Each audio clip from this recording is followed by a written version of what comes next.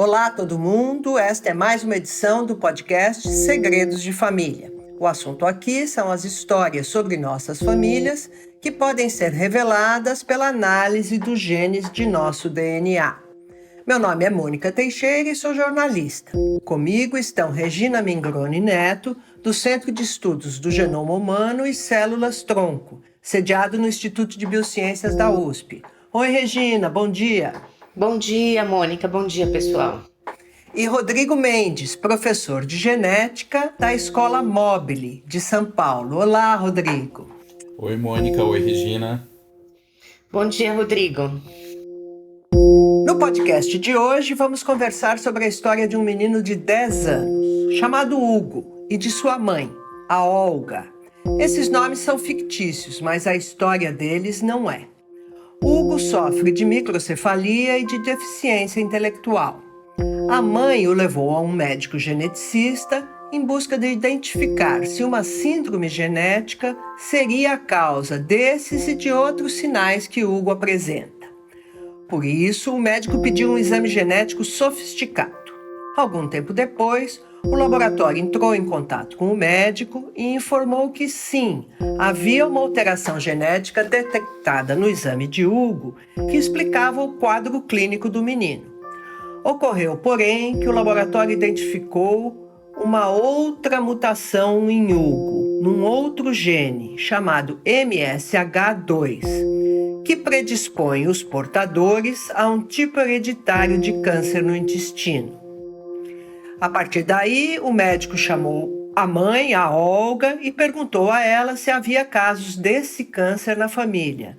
Olga contou então que o pai dela havia morrido de um câncer no intestino e que ela mesma já havia sofrido uma cirurgia para retirar um tumor do mesmo tipo. A história da família confirmou a suposição do médico.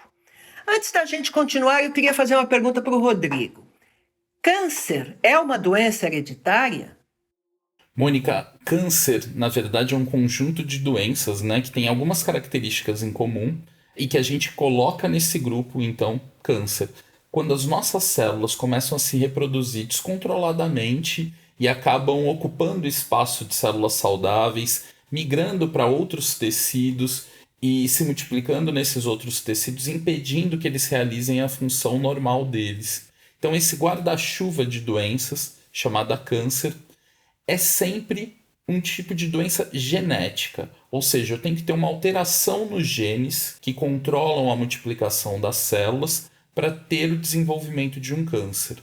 Mas só uma parte dos tumores, dos cânceres, é que podem ser classificados como hereditários. Eu falei que todos são genéticos, mas nem todos são hereditários. Para um câncer ser hereditário, eu tenho que ter recebido material genético alterado dos meus pais.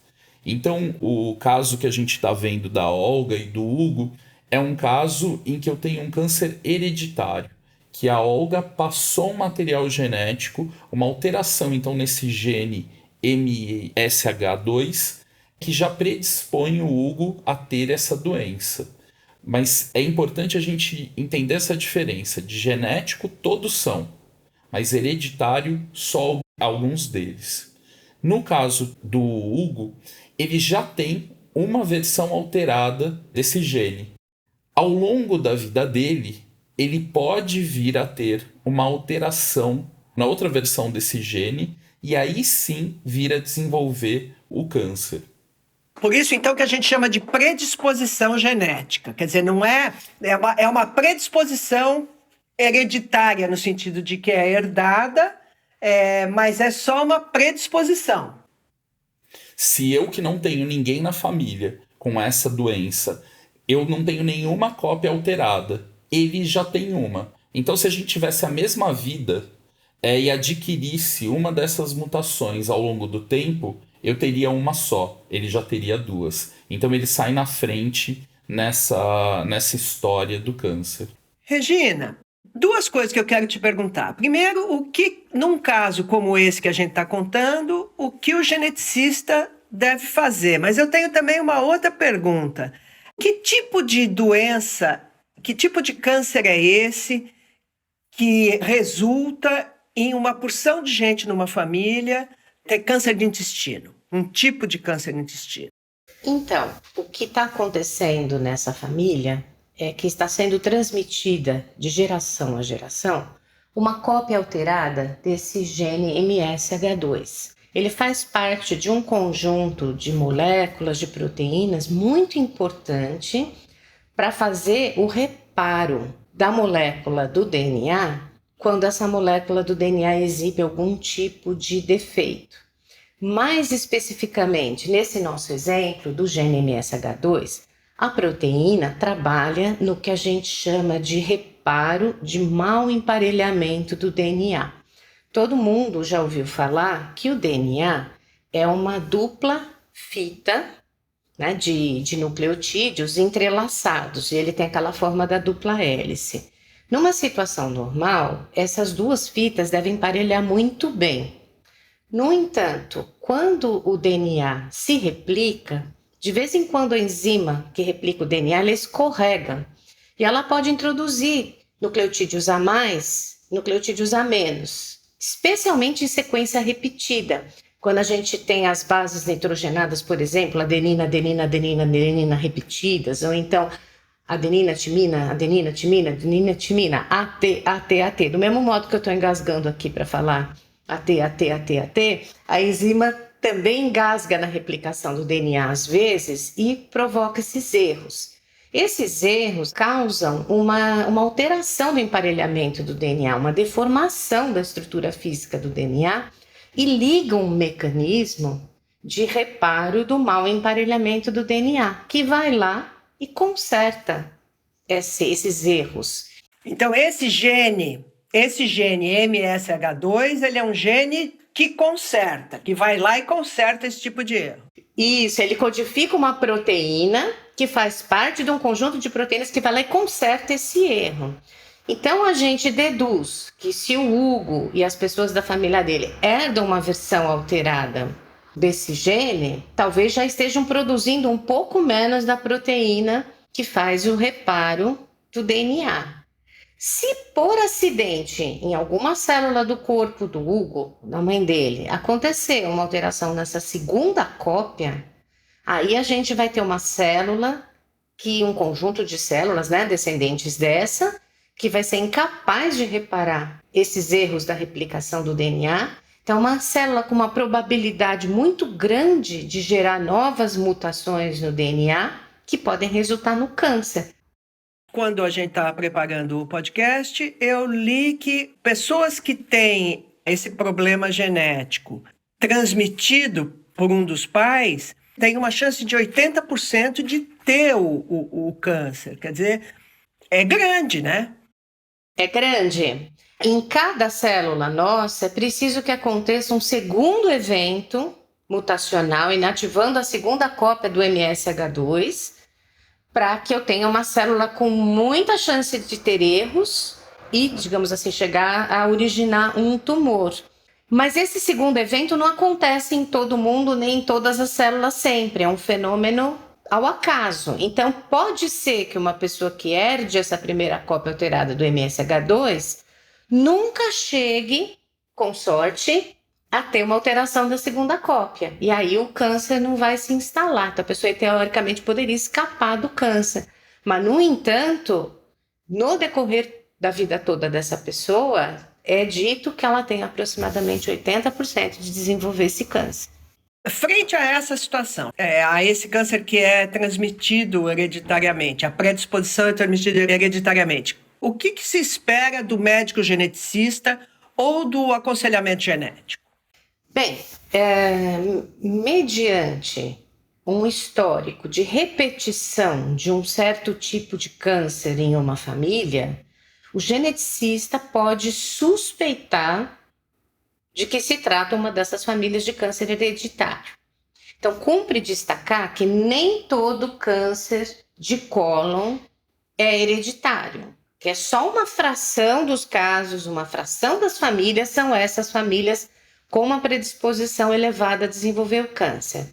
Então, se o geneticista, ao colher história familiar, ele percebe uma repetição na família de um certo tipo de câncer ou de um conjunto de tumores que estão relacionados a essas síndromes de câncer hereditário, tem sido frequente que os médicos solicitem exames genéticos que visem investigar a presença dessas alterações genéticas de predisposição ao câncer hereditário. No caso da família da Olga e do Hugo, certeza que tem, porque eles já sabem. O laboratório informou o médico que encontrou a alteração. Então, nessa história do Hugo, o que ocorreu? Uma história que começou num outro ponto da família. A história começa com uma criança com deficiência intelectual e microcefalia que foi examinado por um geneticista clínico e que, num primeiro momento, não conseguiu formular uma hipótese de síndrome com certeza. Então, por causa disso, o geneticista solicitou um exame especial. Ele deve ter solicitado o sequenciamento do exoma, ou seja, o sequenciamento massivo paralelo do exoma, um exame sofisticado, mas que está se tornando mais acessível e muito importante na prática da genética clínica. O que acontece no sequenciamento do massivo paralelo do exoma, ou sequenciamento de nova geração, como tem sido apelidado? Todas as porções codificadoras de proteína dos nossos genes, ou pelo menos de todos os genes que já foram implicados em alguma doença genética, são sequenciados ao mesmo tempo num único experimento. É um exame caro, porém muito poderoso, porque ele rastreia simultaneamente todos os genes que têm um potencial de estar alterados e causarem uma doença genética. No caso do Hugo, estava-se buscando um gene que pudesse explicar ao mesmo tempo a deficiência intelectual, microcefalia e outras coisas que esse menino pudesse ter. Só que o que aconteceu aqui foi o que a gente tem chamado de um achado incidental ou um achado secundário. Estava olhando uma coisa, mas o exame também dava a resposta de outra coisa. O exame também mostra a sequência da pessoa nos genes que estão relacionados à predisposição a câncer. Então, o laboratório entra em contato com o médico e diz assim: olha, nós também encontramos isso. Quer que inclua no laudo? O doutor vai convocar a família e vai conversar sobre esse resultado? E aparentemente foi isso que aconteceu. O geneticista reconvoca a família, conversa e pergunta sobre a história de câncer e encontra uma história de câncer que ele até naquele momento ainda não tinha conversado sobre isso com a família, porque estavam, digamos assim, mais concentrados na questão da deficiência intelectual do menino. Tem sido uma controvérsia grande entre os países, se os laboratórios que oferecem esses exames seriam obrigados a informar o resultado desses testes relacionados a uma série de doenças, ou se o laboratório tem somente de informar ao médico e ao paciente aquilo que foi solicitado no primeiro exame. No caso, o laboratório telefonou para o médico e o médico disse: sim, ponha no laudo. Isso revelou que o Hugo tem essa predisposição. Mas o Hugo tem deficiência intelectual e o Hugo tem só 10 anos de idade. Então, como é que a mãe e o médico têm que lidar com isso? O que é o correto é o médico convocar a mãe. No caso, levantou a história de câncer, constatou que essa história de câncer era coerente com o resultado do exame do laboratório, explicou essa situação à mãe do Hugo, porque no caso do Hugo ter uma deficiência intelectual, realmente a pessoa a ser devidamente informada é a sua mãe, e é a sua mãe que vai avaliar quando e se ela deve informar isso ao Hugo, se o Hugo tem condição de compreender corretamente essa informação, ou se ele não tiver, é ela que vai se incumbir de cuidar da prevenção do câncer e cuidar da saúde do Hugo daqui para frente. Mas o médico, frente a essa situação, o geneticista, ou se fosse você no aconselhamento genético, se existe uma possibilidade, uma predisposição genética das pessoas terem câncer e morrerem desse câncer, o que você deve fazer com a família? Porque a família do Hugo é a Olga, o Hugo, os irmãos os irmãos eventuais e irmãs da Olga, irmãs e irmãos do Hugo. O geneticista que está fazendo o aconselhamento genético vai informar a Olga que outras pessoas da família podem ter dado essa mesma alteração genética e que eles poderiam ser convidados para sessões de aconselhamento genético, nas quais seria oferecida a oportunidade de eventualmente fazer o mesmo teste genético que foi feito. No caso, faz um teste mais específico, direto sobre o gene MSH2. Então, Olga é informada disso e também caberá a ela decidir ou não se ela deve avisar as outras pessoas da família e orientá-las para que procure o geneticista para receber aconselhamento genético. E aqui é interessante a gente pensar que se o resultado deu positivo, eu vou ter que fazer um acompanhamento médico com maior frequência que outras pessoas pelo planeta. Então, enquanto pessoas que não têm nenhuma predisposição hereditária ao câncer do intestino vão fazer o exame com uma frequência um pouco mais espaçada, eu preciso fazer com uma frequência menor. Agora, o resultado negativo pode também dar uma sensação de que eu não tenho que me preocupar com nada relacionado a esse tema. E aí é bom a gente retomar que é uma mutação que a gente está mapeando com essa história, mas eu posso ter outras envolvidas inclusive com o mesmo tipo de tumor. Então as pessoas com um resultado negativo, elas têm uma falsa ideia de que elas estão livres dessa doença. Mas a gente, no caso do câncer, não pode dispensar os exames regulares que a população em geral tem que fazer.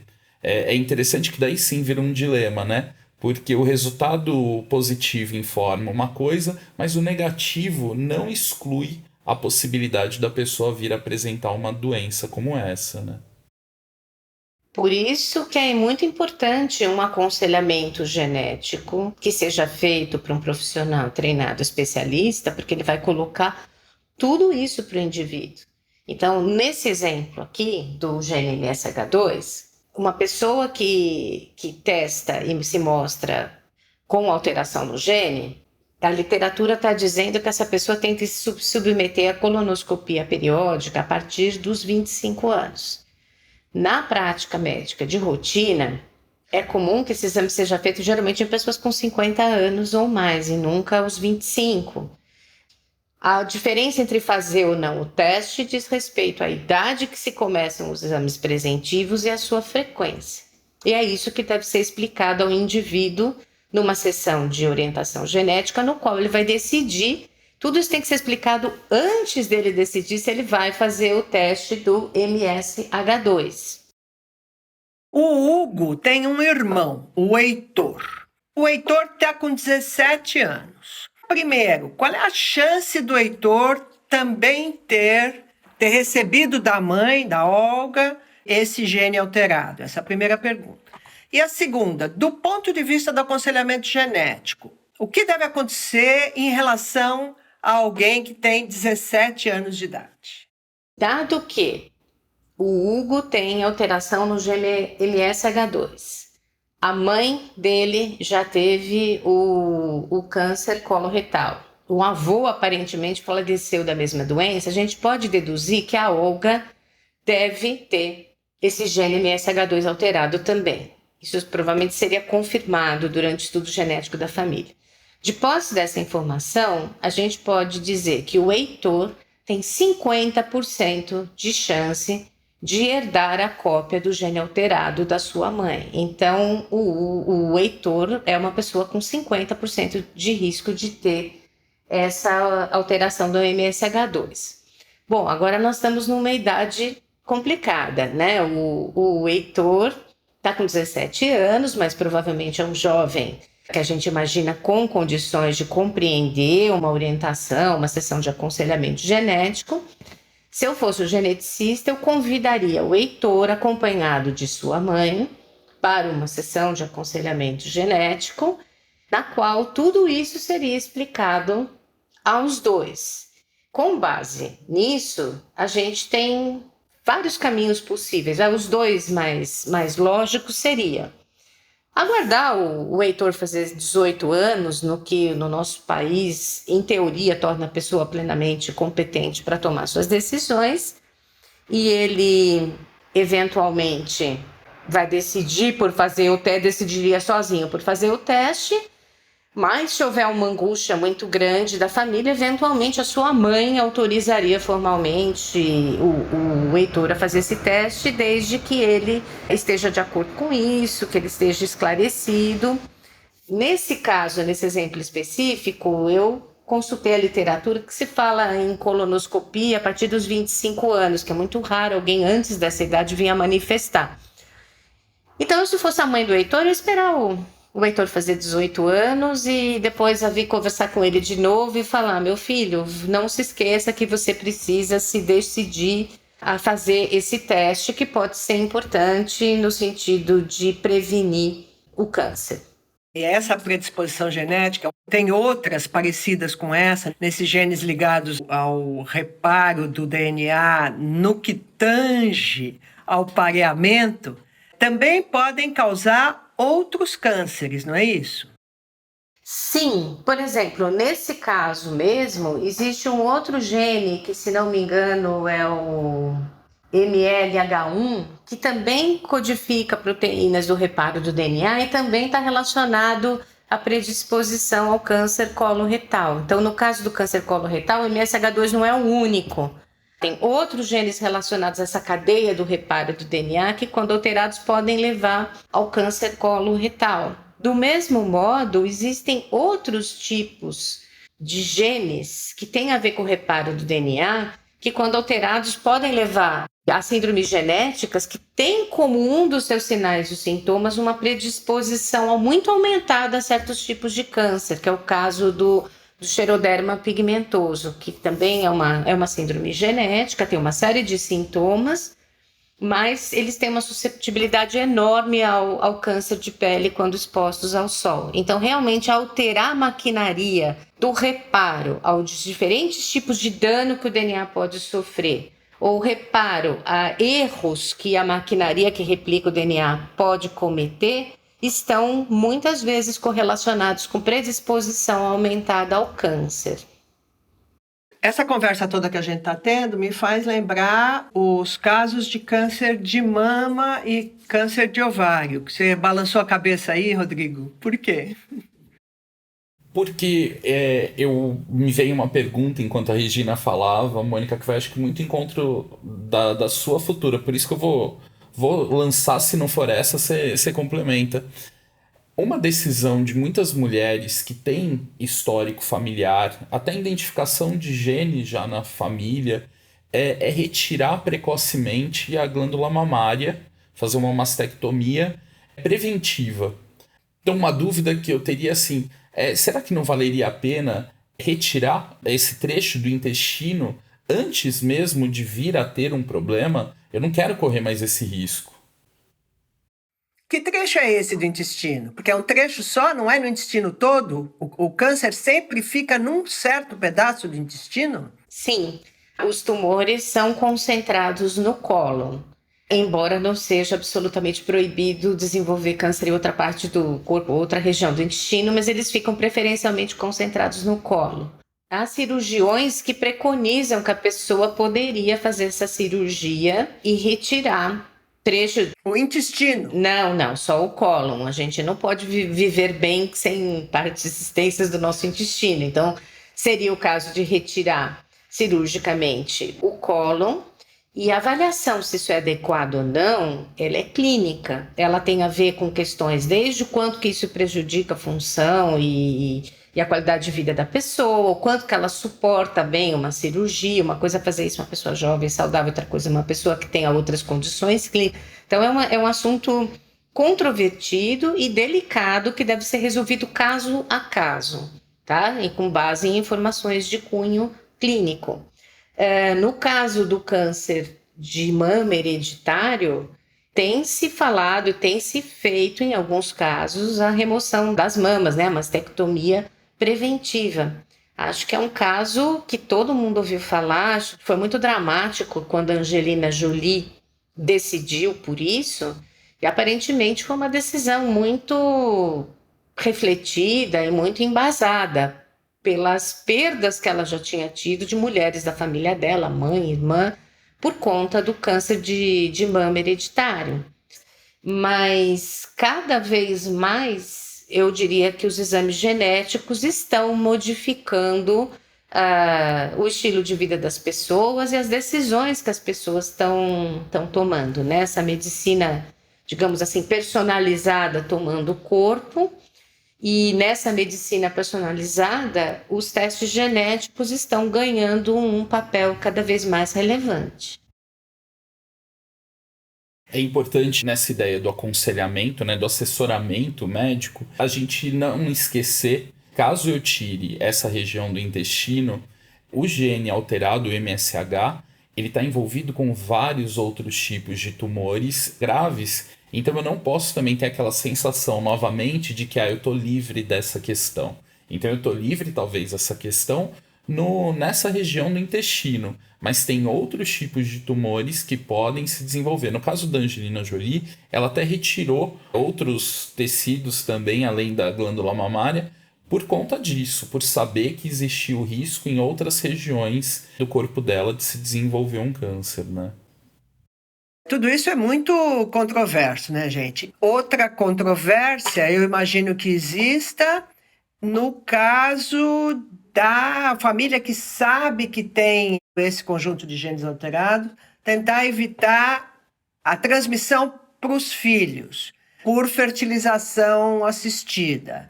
Isso é ético, é considerado possível? A família poderia escolher embriões sem essa predisposição?